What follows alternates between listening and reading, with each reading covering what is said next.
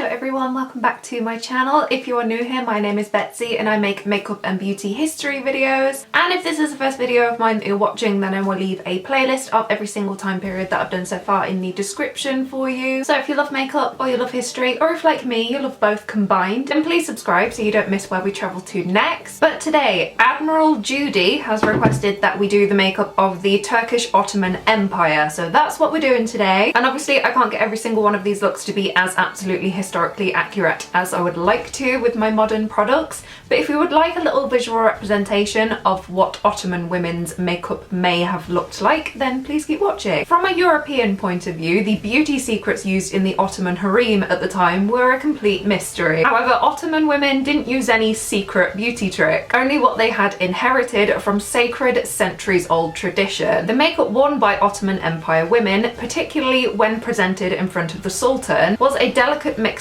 of being elaborate and subtle. It was somewhere in the middle, emphasizing beauty and unique refinement while also adhering to the cultural and religious beliefs at the time. Makeup trends during the height of the Ottoman Empire from the 15th to the 17th century were influenced by a combination of Islamic modesty and the opulent tastes of the court. Makeup at the time was intentionally beautiful but also quite natural looking. Think of the modern like no makeup makeup. First was a gentle exfoliator called Sefidab, used to exfoliate and lighten the face. I've spoken about Sefidab on my channel before and how much I absolutely love it, but the ideal look was a pale, clear, beautiful face with an almost porcelain-like complexion, which signified purity and a high social status. Like most time periods up until this point, pale skin was the beauty standard because it showed that you were rich enough to sit inside leisurely all day and not have a labour-intensive job out in the sun. Sefidab translates to white water in Old Persian and obviously removes dead skin cells, but it also leaves a slight white residue on the face. And the minerals in Sefidab can also help to brighten and lighten the complexion, which is why it was so heavily used at the time. And old Sefidab was made from sheep marrow and white flowers and is an ancient beauty secret. It can also aid in minimizing pores and also is high in a lot of minerals that are highly beneficial for the skin. Every time I use it, I just sit here like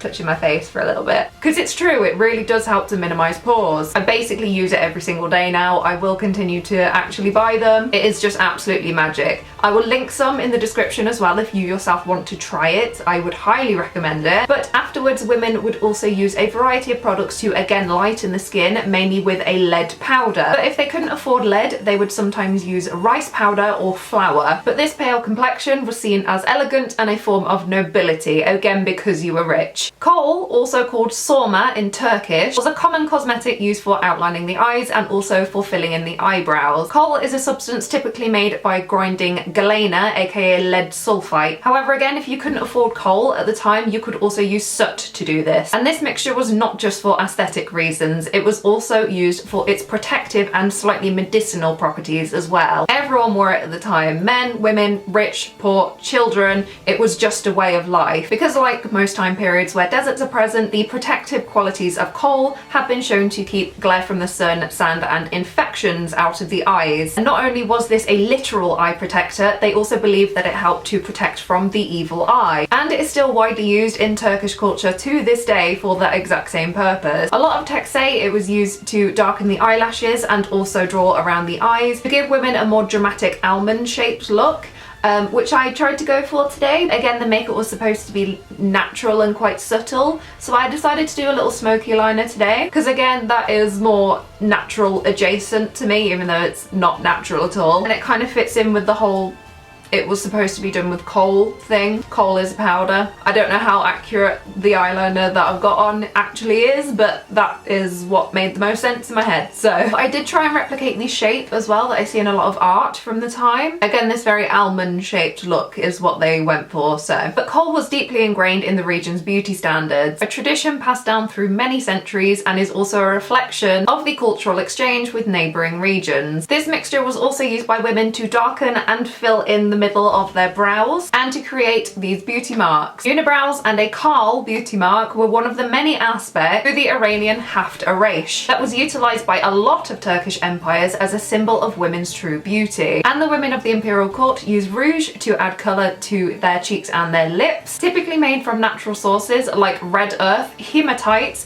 red berries, saffron or rose petals. Again, it just depended on what material you could afford at the time. Blush gave a fresh and youthful appearance, which is why women of the higher classes would wear it in particular. But again, this would have been kept slightly subtle because the beauty standard was to be sort of a natural beauty, which was especially expected in the high court. Henna showed a woman's marital status and was used to beautify the hands and the feet during the Ottoman empires and beyond. Henna was commonly used by women for body decoration, however they would also colour their nails with this mixture. Although henna isn't strictly makeup in a traditional sense, henna at the time was used in many personal beauty rituals, including the pre-marriage period or for special court events. And fragrances were considered essential to the presentation of an Ottoman woman, especially in front of the Sultan. Women would use perfumes made from flowers and spices, and essential oils such as rose, jasmine, amber and musk. And the elaborate use of perfume was not just for personal pleasure, but for enhancing one's presence and allure during courtly events. And again, while not strictly makeup, the way women styled their hair and the use of head coverings was also essential before being presented to the Sultan. The wealthy women of the Harim would often wear very intricate headpieces and veils that covered the hair enough but still allowed a slightly intricate hairstyle to be shown. That's kind of what I've tried to replicate here today. And sometimes they decorated their hair with either jewels,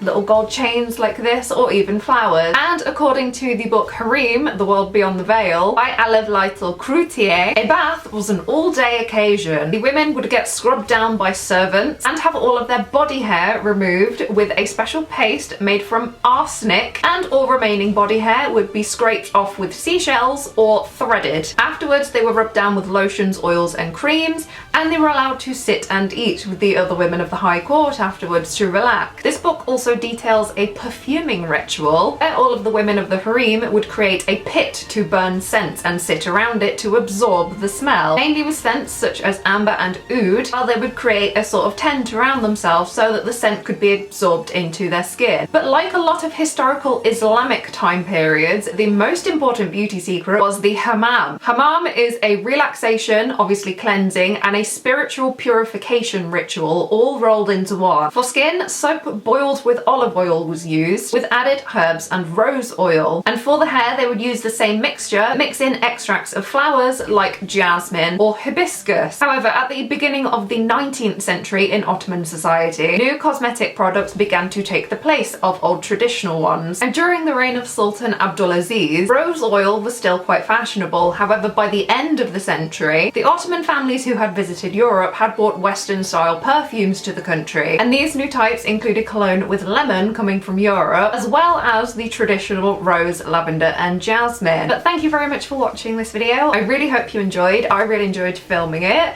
Thank you very much to Admiral Judy who requested this video. And if you yourself have any requests for any specific time periods that you really want to see, then leave them in a comment and I will try and get around to doing them. I think my next video will be 18th century makeup, as I'm trying to go in a semi-chronological order for this. So if you are really excited to see that as well, then please subscribe so you don't miss that. Once again, I will leave a link in the description for the Sefidab and the kohl that I used as well as a playlist of all of these videos that I've done so far, although I've not done anything else on my channel, so you can just look at my videos and they're all there. I've never thought about that actually. But thank you very much for watching, and hopefully I will see you in my next video as well.